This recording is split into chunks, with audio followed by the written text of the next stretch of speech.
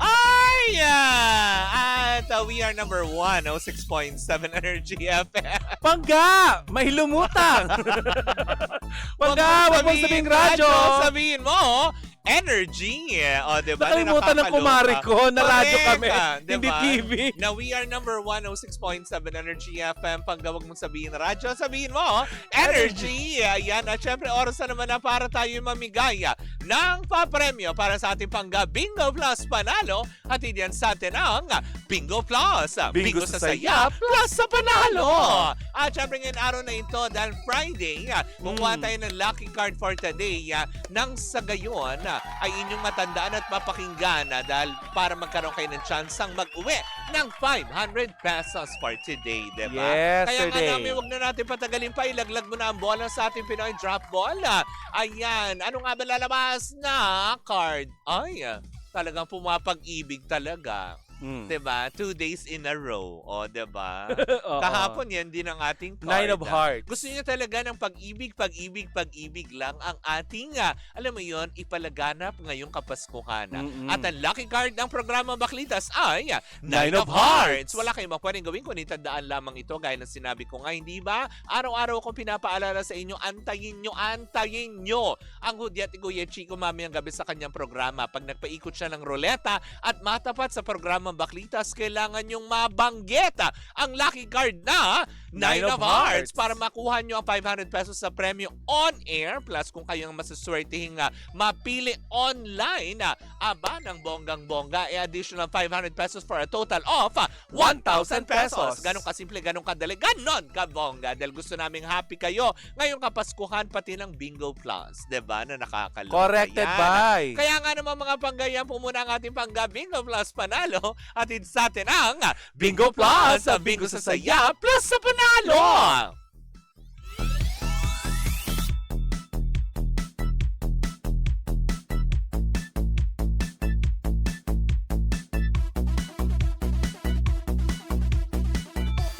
Cheers, miss! Gabaglita! With Tita Cora and Kapitana Sisa. We are number 106.7 Energy FM. Pangga! Wag mong sabihin radyo. Sabihin mo, energy! Ganon. Yes. Dapat ang enerhiya kasi Friday na. Ang saya-saya-saya talaga. Ay, sobrang saya talaga Diba? kanina. At pasalamatan ulit natin yung guest natin kanina, si Sir Jojo Mendres. Correct. Thank you so much. Hindi ba? Na mapapakinggan nyo pa rin. Siyempre, of course, ang kanyang, alam mo yun, ngayong Pasko'y ikaw pa rin dito sa Energy FM na pinatutugtog natin yan araw-araw ng bongga. At siyempre, mga Pangga, nako! Diba? Para naman kahit papaano ay hindi tayo maboard, diba? Kung medyo naboboard ka at wala kang gagawin sa November 23, mare! Diba? Heto na ang inyong pagkakataon dahil kung gusto, hilig nyo lang din naman magtatatakbo, diba? At magpaka-healthy. Yes. Let's run for life. This coming November 23 dyan sa SM Mall of Asia Complex sa Pasay City. Ulitin ko, November 23 yan, diba? May 3K, 5K at 10K category yan na pwede po kayong mag-register sa MX3 Natural Supplement website, Mare. Kaya nga naman, Mare, anong gagawin? Ay, syempre mag-register na, Mare. Kasi nga, kagaya ng sinabi mo, may 3K, 5K at 10K. Kaya bitbitin na ang buong pamilya, mga kaibigan at mga kaopisina para makisaya sa Run for Life event. At lahat ng proceed niyan, Mare, at lahat ng kikitain niyan ay mapupunta sa Dimery Foundation to support the livelihood, education, feeding, lifestyle change at mga trainings. Let's run together, mga Pangga, for not just for fitness, but also for life and hope. Kaya nga naman makita-kita tayo dyan. Ulitin ko, November 23 para sa Run for Life.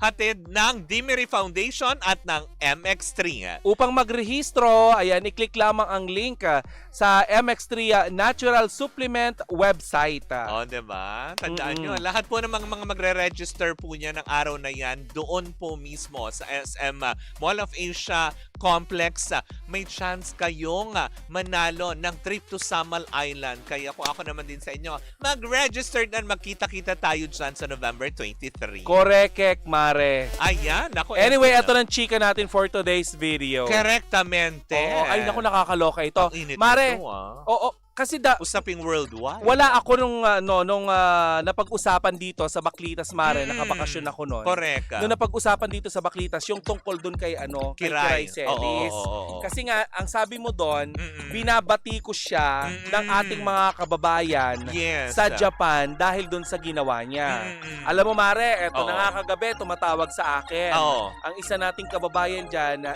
leader, Mare, Oo. ng isang Pinoy community group dyan sa Oo, Japan. oo. So, ang sabi sa akin, Tita Cora, I just want to correct something about doon sa naging topic nyo ni Kapitana Sisa tungkol kay Kiray Celis. Yes. It's not the Filipinos here Oo. ang gustong nag-umpisa na sitahin si Kiray. ng pang-reklamo. Oo, kasi sa totoo daw, Mare, ang Oo. nag-umpisa niyan mga Hapon mismo at hindi natin nakikita yan dahil hindi sila sa sa sa social Facebook. media, oo. Nagso-social media. Oo. Sa application na line pala sila, Mare. Application line ng Japan? Oo, yung line na na application, yung mobile application na line. Yung parang yan, yung WhatsApp, ganyan. Yesterday, today, Yung parang and tomorrow. Telegram, ganon. Oo, kung Okay. meron tayong dyan ha, may mga sinend tayo dyan na Oo. mga post nila. Ay, ano daw ang sabi? So, hindi pala mga Pilipino kasi yun yung Hindi. unang balita, diba? Yes. Na ilang mga Pilipino nga, kasi diba, yan din ang parang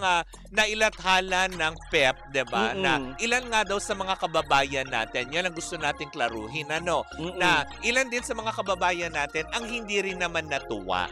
Diba? Kasi sa nga ganito, ginawa Mare, daw nito. ang nangyari dyan. Sige nga. Kaya naman kami nag-react dito sa Japan Oo. kasi kami ang nabubuli Oh. at napagsasabihan na wala kaming mga disiplina. Ano mga hapon? Yes, kasi Mare, kasunod dito, Mare, di ba? May nauna pala dito. Oo. Bago pa nangyari itong dito kay Kiray, Oo. may isang may isang Chinese daw Mm-mm. na sumampa naman doon sa rebulto ni Hachiko. Diyan sa Shibuya. Yes. Oo. Ngayon naging issue siya sa buong Japan Kasi at bawal yun, di ba? bawal yun, Oo, Mare. oo. Ngayon, Mare, ang ginawa daw doon, parang binibigyan yata nila ng parang... Fine? Hindi. Parang binibigyan nila ng ilang panahon upang Oo. sa ganun ay humingi ng Public tawad. apology. Oo. Oo. Kasi, Mare, ang gusto daw gawin Oo. ng mga Hapon Oo. ay i-submit yung reklamo sa embassy upang maban daw yung tao na yun.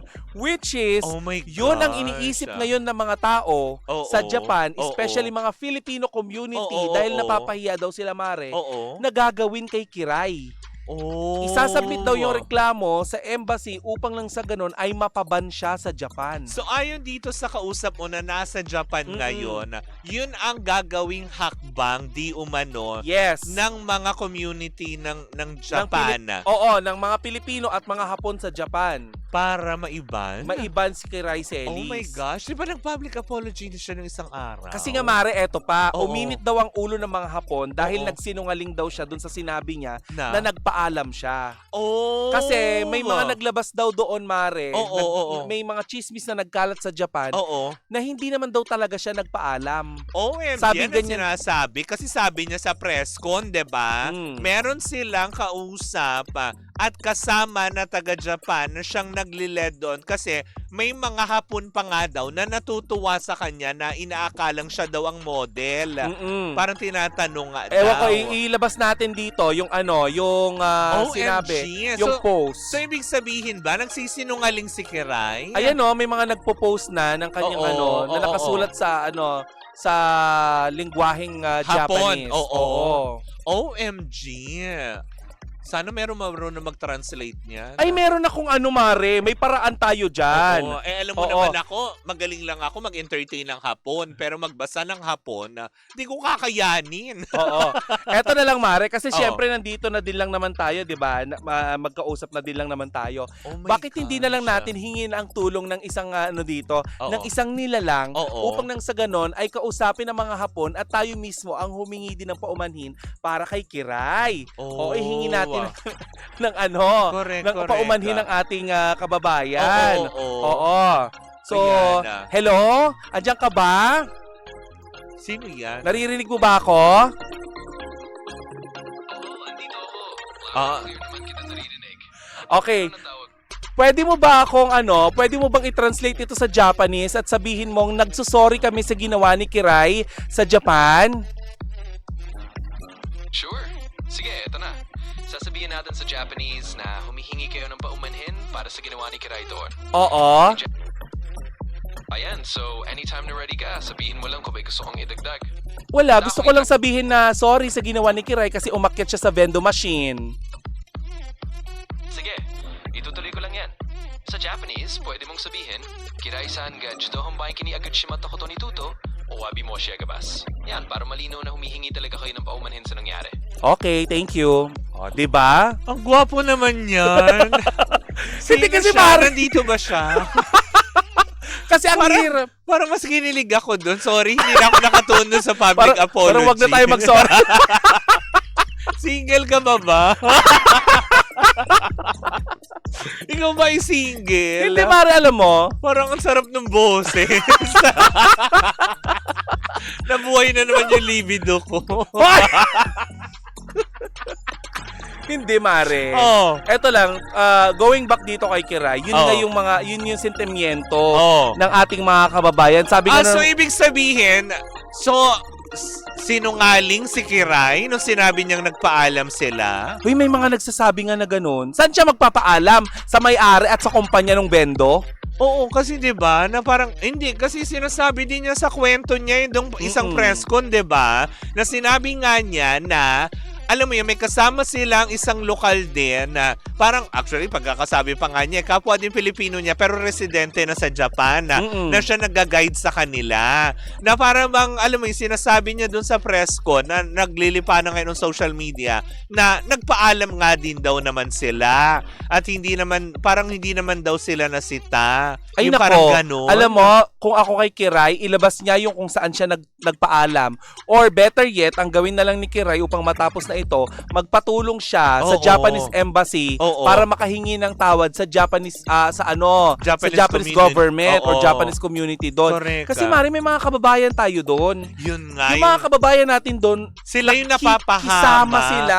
Yan yung, alam mo, yan yung laman ng balita natin nung araw na yon. Kasi nga, yan din yung sinabi natin noon, nung binalita natin yan. Ito lang yan, nung Lunes lang, anong Martes. Na sinabi nga natin dyan na may mga kababayan tayo sa Japan na alam mo yun, nakikisama sila at pilit silang sumusunod sa rules and regulation ng bansang Japan. Yes. Tapos itong mga foreigner, kaya pala yun din ang sinasabi ng mga tao ngayon na nasa Japan na kaya pala daw nagigpit ngayon sa mga turista gawa ng ganitong klaseng mga Tsaka insidente. ng dura kung saan-saan. Oo, diba? Kaya nga alam mo yun ang hindi lang nila magawa ng ganyan, alam sa Singapore, Mare. Ay, hindi. Dahil mayat-maya talaga. Diba Jerwin De Leon? Mayat-maya ang CCTV doon, grabe. At saka mababait ang mga Hapon. Correct, diba? Diba dapat hindi tayo naggaganon? Hindi, tsaka bakit hindi na lang niya ginawa dito sa vending machine nung beep card? Oo, diba? sa taas ng LRT. Diba? Diba? Di umitim yung butas ng ilong mo dong. Yung habang mahaba yung pila. Oo. Tapos Umibabaw Mare, ka eto dun pa. sa beep card machine. Sabi nung kausap ko sa Japan, pakisabi kay Kapitana Sisa kasi Oo. sinabi mo daw doon na Oo. baka nag-i-enjoy lang yung tao, gusto lang niya maging masaya. Oo. Kung gusto niya maging masaya, pwede niya itong gawin Oo. nang hindi daw ito nakakabastos sa ibang nasyon. Ayun. Well, Kasi kultura nila yun kung eh. sino ka man po yun, kilaro ko lang din naman. At talaga nung araw na yun na ibinalita natin nung Martes, ay binalanse lang naman natin. Pero yun nga, gaya ng sinabi ko nung isang araw ay naglabas na rin ng official statement at Yes. public apology ito. Pero hindi pala yun yung nangyari. Diba? Yung pala, wala silang pinagpaalaman ayon dito sa kausap mo naman na nasa Japan ngayon. Uy, grabe yun talagang ibaban siya. Oo. Sabi dito, maingay ngayon dito dahil sobra ang turista na bababoy, pati ang mga simbahan, yon dasalan nila. Oo. Ayan, may dumudura kung saan-saan. OMG. Kaya dapat nag-iingat ang mga Pilipino pag pumupunta dito. Kung naiintindihan mo ang mga comment ng mga Hapon, Oo. gimbal ka kasi yun ang pest daw nila.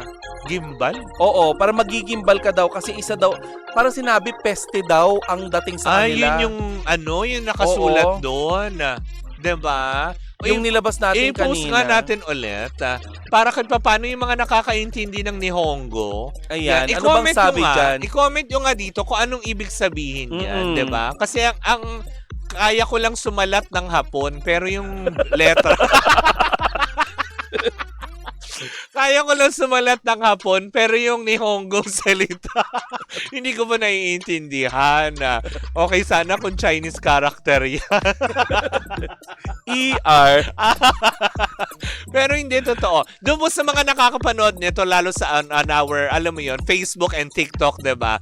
Kung doon sa mga nasa bansang Japan at kaya nyo, at sa mga nanonood ngayon, kung may mga Nihonggong nanonood sa atin, i-translate nyo nga yung nakikita nyo, diba? Oo. Sabi niya, eto na, 'di ba? Wala pa naman. Dapat kasi kahit artista sila, may respect din sila sa ibang lugar, sabi ni Baby Rodriguez.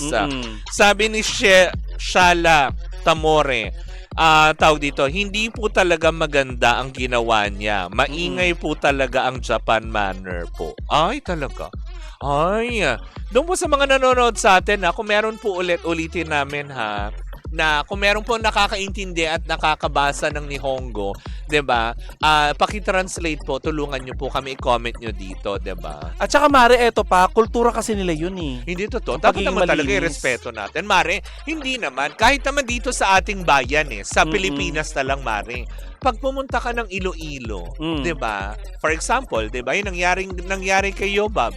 Diba? Ayan pala, ang sabi dito, ang tinutukoy ng mga Japanese na salita ay mga turistang may masamang asal. Ayan ang ibig Can sabihin. you imagine? Sabihan tayo ng mga Hapon ng mga turistang... Oh my gosh.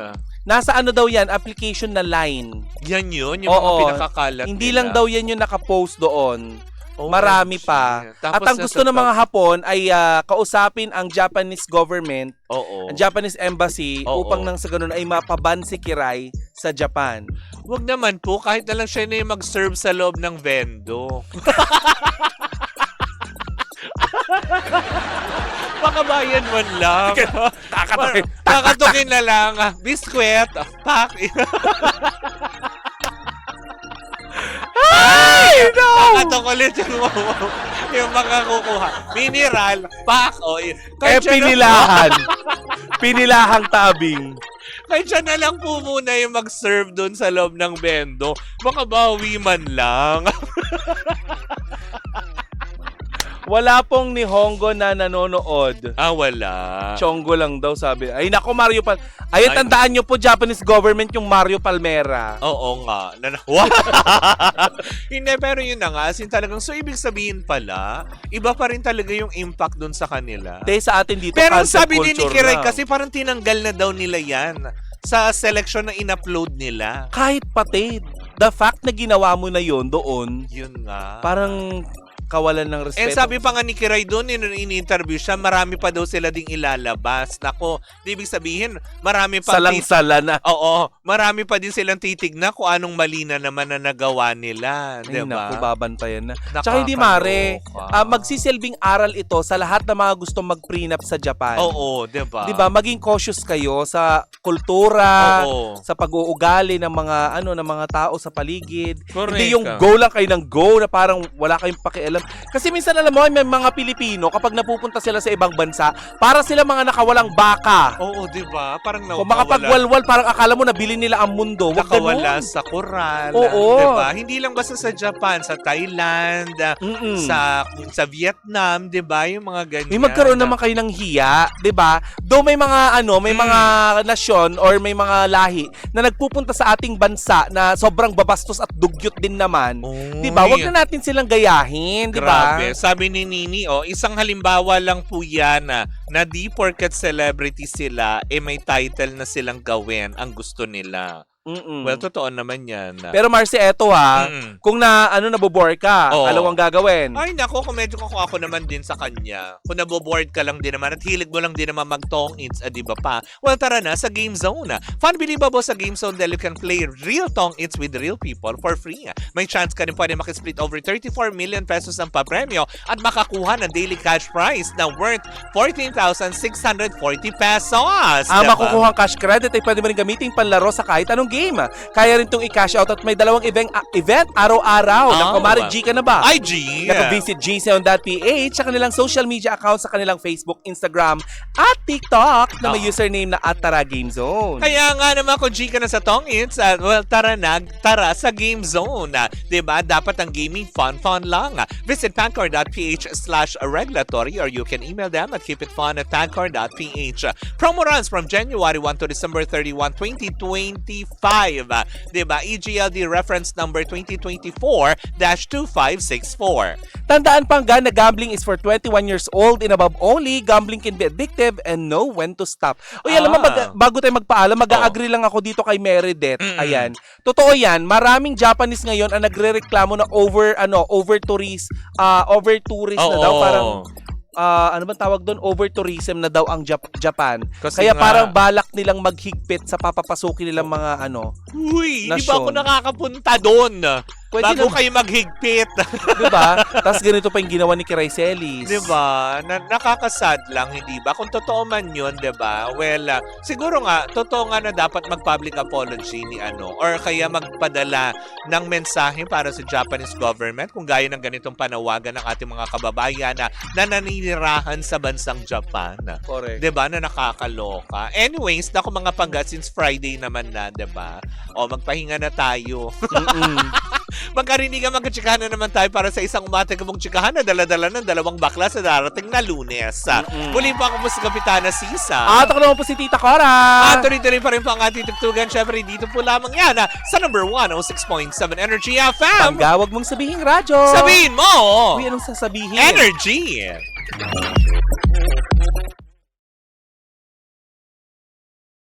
Hi Pangga! Ako po si Gandang Kara and don't forget to follow us sa lahat ng mga social media platforms namin at Energy FM 106.7 sa Facebook, sa Twitter, Instagram, YouTube, and TikTok. At samahan mo na rin ako sa aking programang Hot Stories na lagi po akong live 12 noon hanggang 3 p.m. sa TikTok Live or sa Facebook Live. Ako po nag-iisang chicks ng radyo, si Gandang Kara. Pangga, wag mo sabihin radyo, sabihin mo Energy!